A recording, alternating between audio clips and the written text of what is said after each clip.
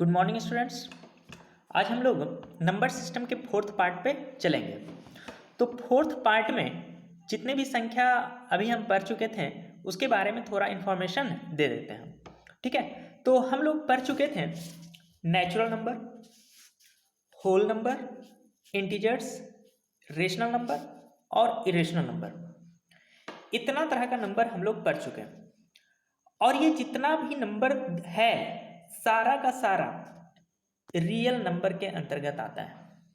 ठीक है, तो हम कह सकते हैं रियल नंबर का एक स्पेशल चैप्टर भी कह सकते हैं। इस नंबर सिस्टम के चैप्टर के नाम को हम रियल नंबर चैप्टर के नाम से भी लिख सकते हैं।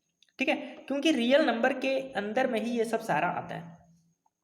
तो रियल नंबर हम कहते हैं किसको है? ये कहता है नॉन नेगेटिव होना चाहिए। कैसा नॉन नेगेटिव? अगर किसी संख्या का अगर हम स्क्वायर कर दें, ठीक है, अगर कोई संख्या है मेरे पास उसका स्क्वायर कर दे तो उसका जो रिजल्ट आना चाहिए नॉन नेगेटिव आना चाहिए।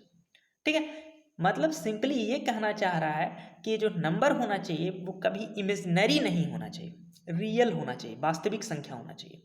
ठीक है, तो कोई भी संख्या तुम इतना में ले सकते हो, रेशनल नंबर हो, इंटीजर हो, होल नंबर हो, नेचुरल नंबर हो, इरेशनल नंबर हो, सारा जितना भी संख्या है सबका स्क्वायर अगर हम करते हैं तो हमेशा क्या आएगा? पॉजिटिव आएगा। ठीक है, तो वही कह रहा है नॉन नेगेटिव मतलब पॉजिटिव आना चाहिए। तो अगर पॉजिटिव आ रहा है तो वो कैसा नंबर हो जाएगा? वो रियल नंबर हो जाएगा। ठीक है, और इसके अलावे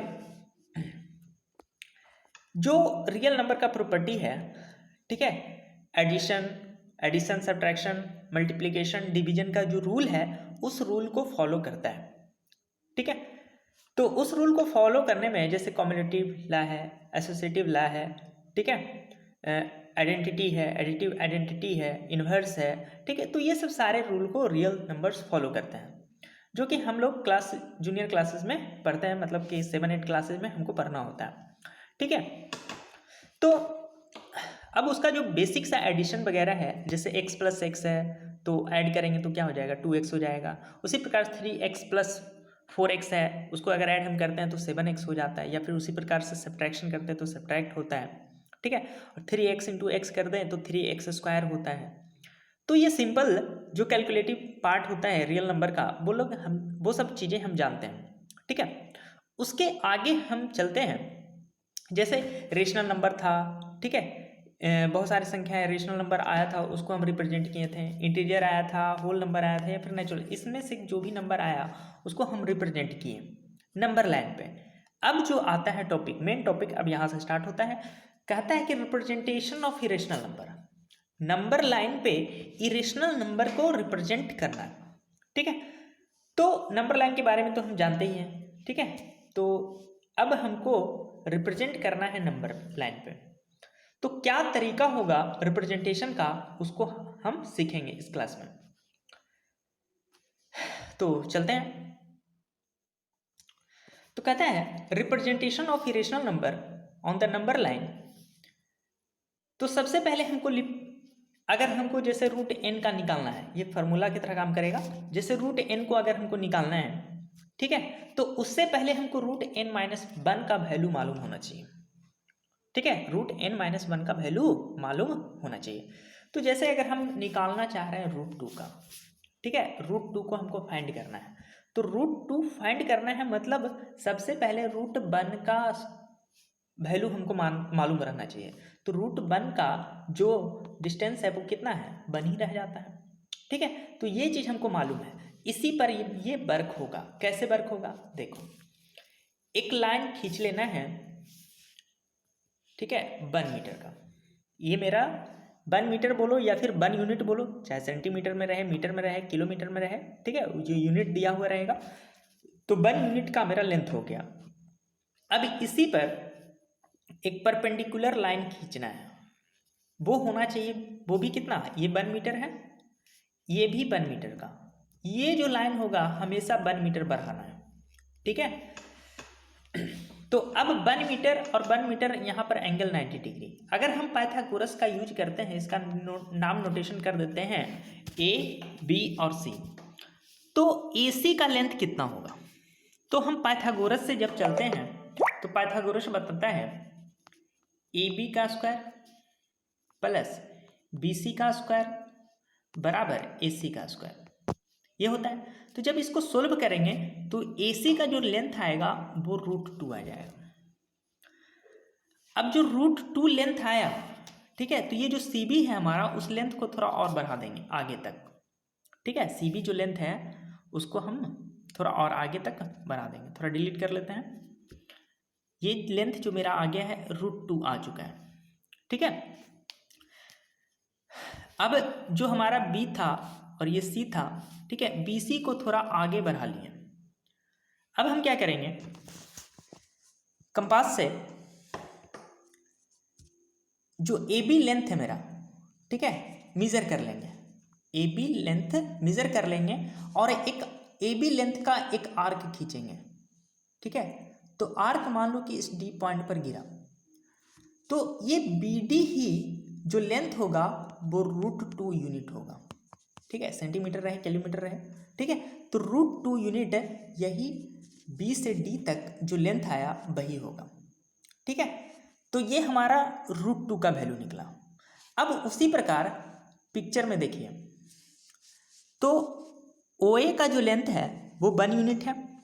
परपेंडिकुलर खींचें AB, वो 1 लेंथ हो गया, ठीक है। तो पाइथागोरस से OB का जो लेंथ हो गया वो √2 हो गया, ठीक है। तो O को सेंटर मानते हुए OB लेंथ का एक आर्क खींच लेते हैं। आर्क खींचते हैं तो BP मतलब P पॉइंट पर जाकर के वो पॉइंट गिरता है, वो आर्क हमारा। तो OP जो लेंथ हो गया वही हमारा √2 हो गया, ठीक है। तो √2 रिप्रेजेंट हो गया, √2 रिप्रेजेंट हो गया। अब अगर हमको √3 रिप्रेजेंट करना है, तो अगर हमको √3 रिप्रेजेंट करना है तो उससे पहले हमको √3 - 1 का वैल्यू मालूम रहना चाहिए। तो √3 - 1 का वैल्यू कितना है, √2। तो √2 का लेंथ हमको पहले से मालूम है। √2 का लेंथ कितना हो जाएगा, OB जो लेंथ है वही हमारा √2 होगा, ठीक है। अब OB जो हमारा लेंथ है उस लेंथ पे पॉइंट B से हम परपेंडिकुलर खींचेंगे। तो BC हमारा क्या हो गया, परपेंडिकुलर हो गया। BC हमारा परपेंडिकुलर हो गया कितना लेंथ का, 1 यूनिट लेंथ का, ठीक है। तो 1 यूनिट का लेंथ BC हो गया। अब ये √2 पाइथागोरस से चलेंगे तो √2 का स्क्वायर और प्लस 1 का स्क्वायर। तो √2 का स्क्वायर कितना, 2 प्लस 1 का स्क्वायर 1, और यहाँ पर इधर रहेगा OC का स्क्वायर रहेगा तो इसका रूट यहाँ पर चला जाएगा। मतलब OC का लेंथ कितना आ जाएगा, √3 आ जाएगा। अब देखो क्या करते हैं, तो OC हमारा आ गया √3।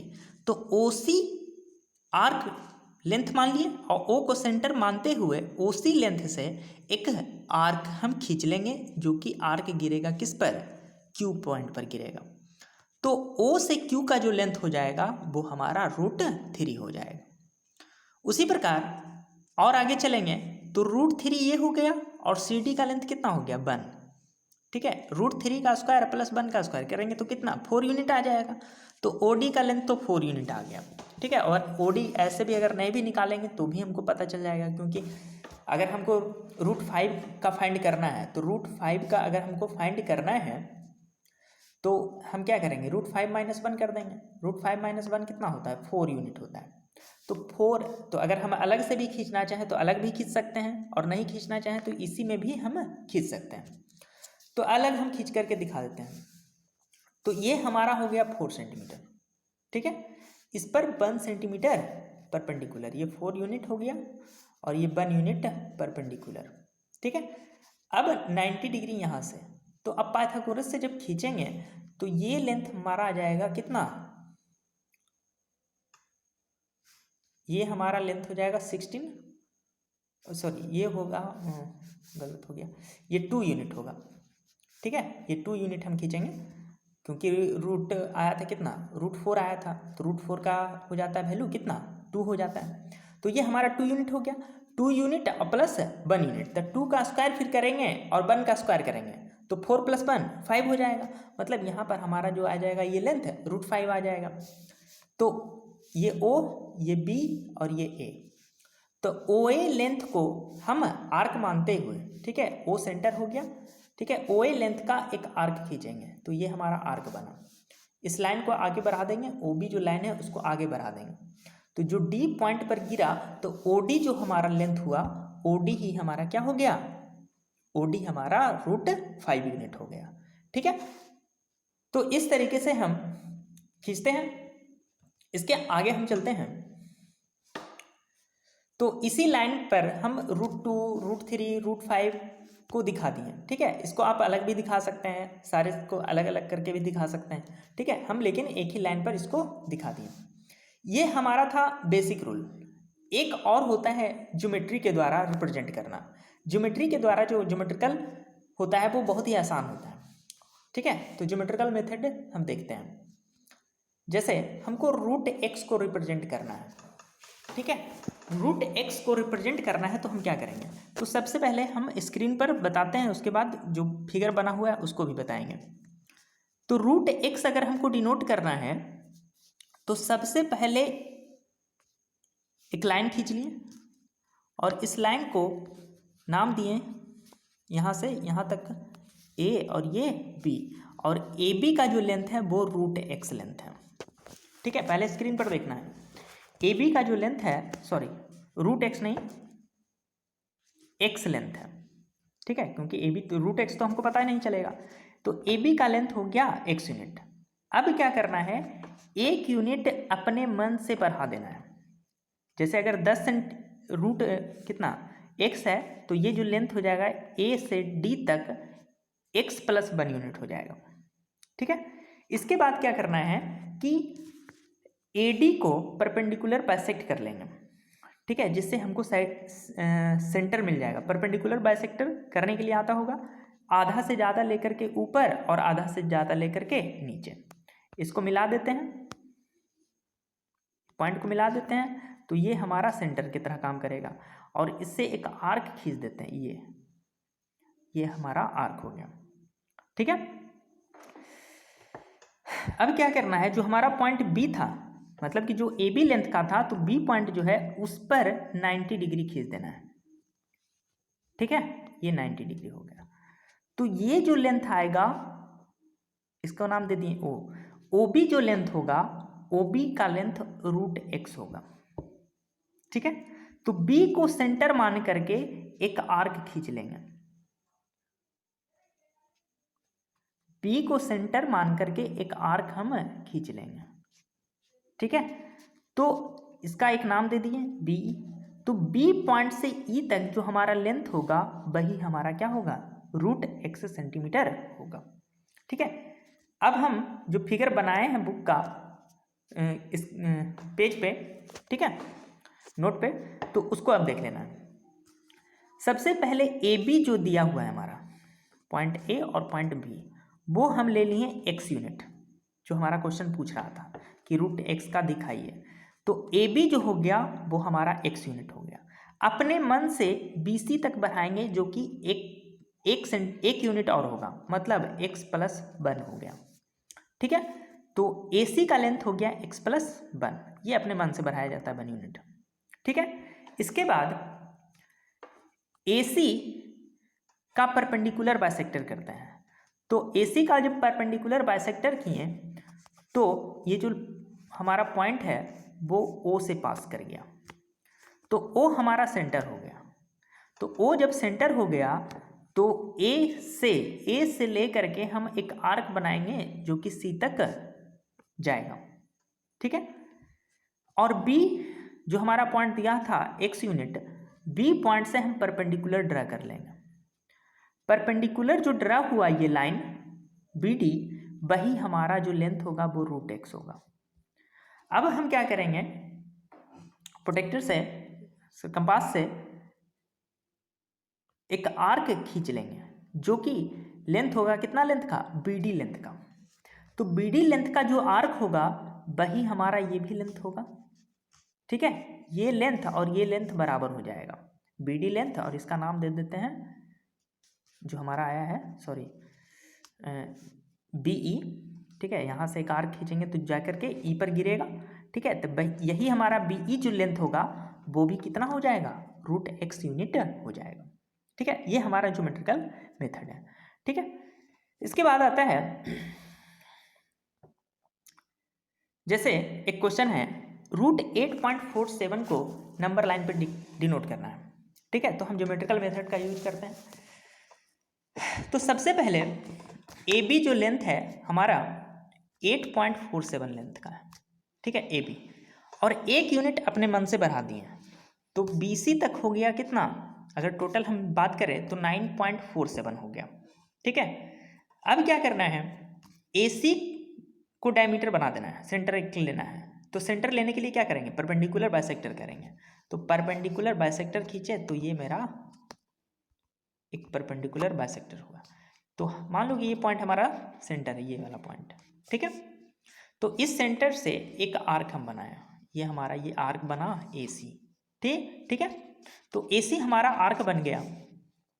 ए सी जो आर्क बना, अब बी पॉइंट से एक परपेंडिकुलर लाइन ड्रा कर देते हैं, बी से एक परपेंडिकुलर लाइन ड्रा कर देते हैं, इसका नाम दे देते हैं डी।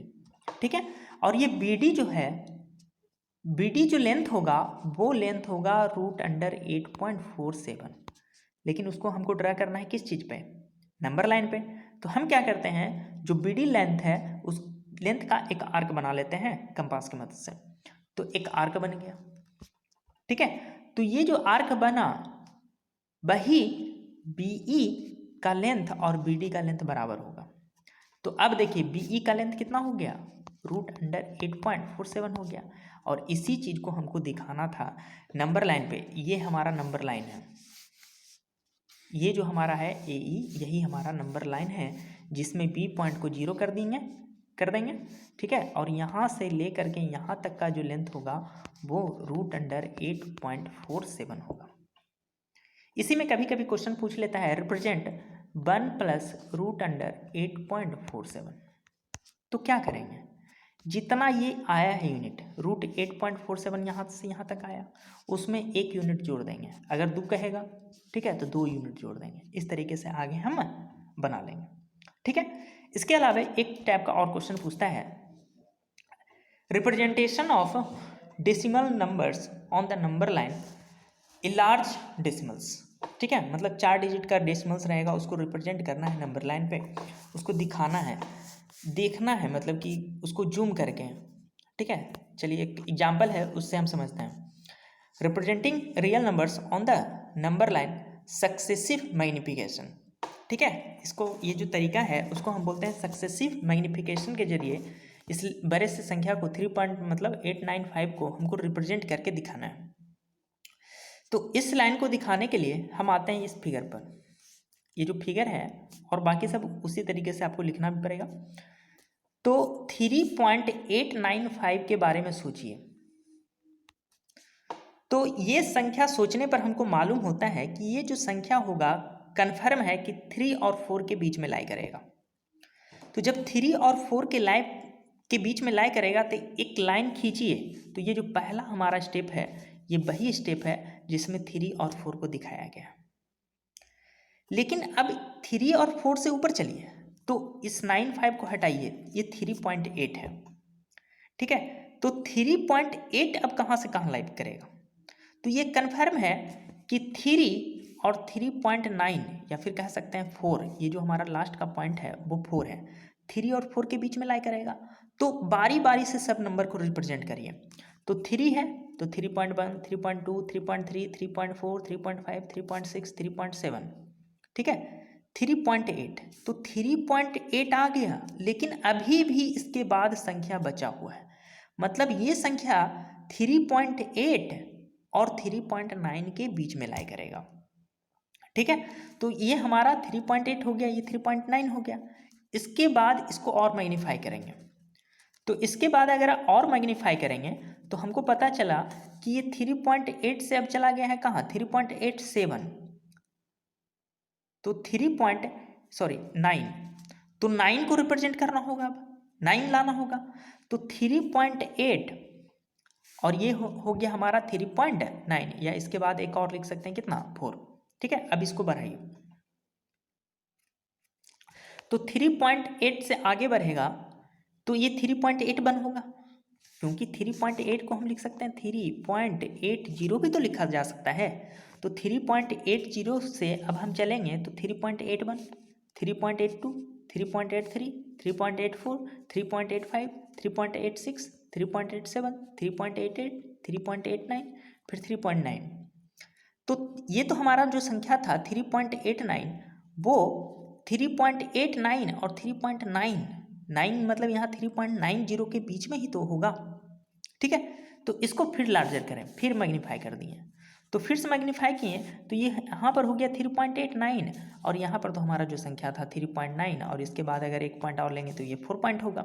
ठीक है, अब इसके बीच में लाई कराना है, तो ये 3.891, 3.892, 3.893, 3.894, 3.895, तो ये जो पॉइंट मिला यही हमारा पॉइंट क्या हो जाएगा 3.895 होगा। ठीक है, तो इसी तरीके से मैग्नीफाई करके हमको दिखाना था किसी पॉइंट को। ठीक है, तो इसी तरह का क्वेश्चन अब आपको दिया जाएगा, इसको सोल्व करना है। ठीक है, और इसमें जो होगा मतलब कि रिप्रेजेंट करना होगा, दिखाना होगा, वो तुम्हारा इंस्ट्रूमेंट जो भी दिया होगा उसमें कंपास वगैरह, प्रोटेक्टर वगैरह उसका यूज करना है। ठीक है, उसके यूज करने के बाद ही ये बनेगा जो हम रिप्रेजेंट किए थे रूट वाली संख्या को, इरेशनल नंबर को। ठीक है, तो इससे हम सोल्व करेंगे। ठीक है, थैंक यू।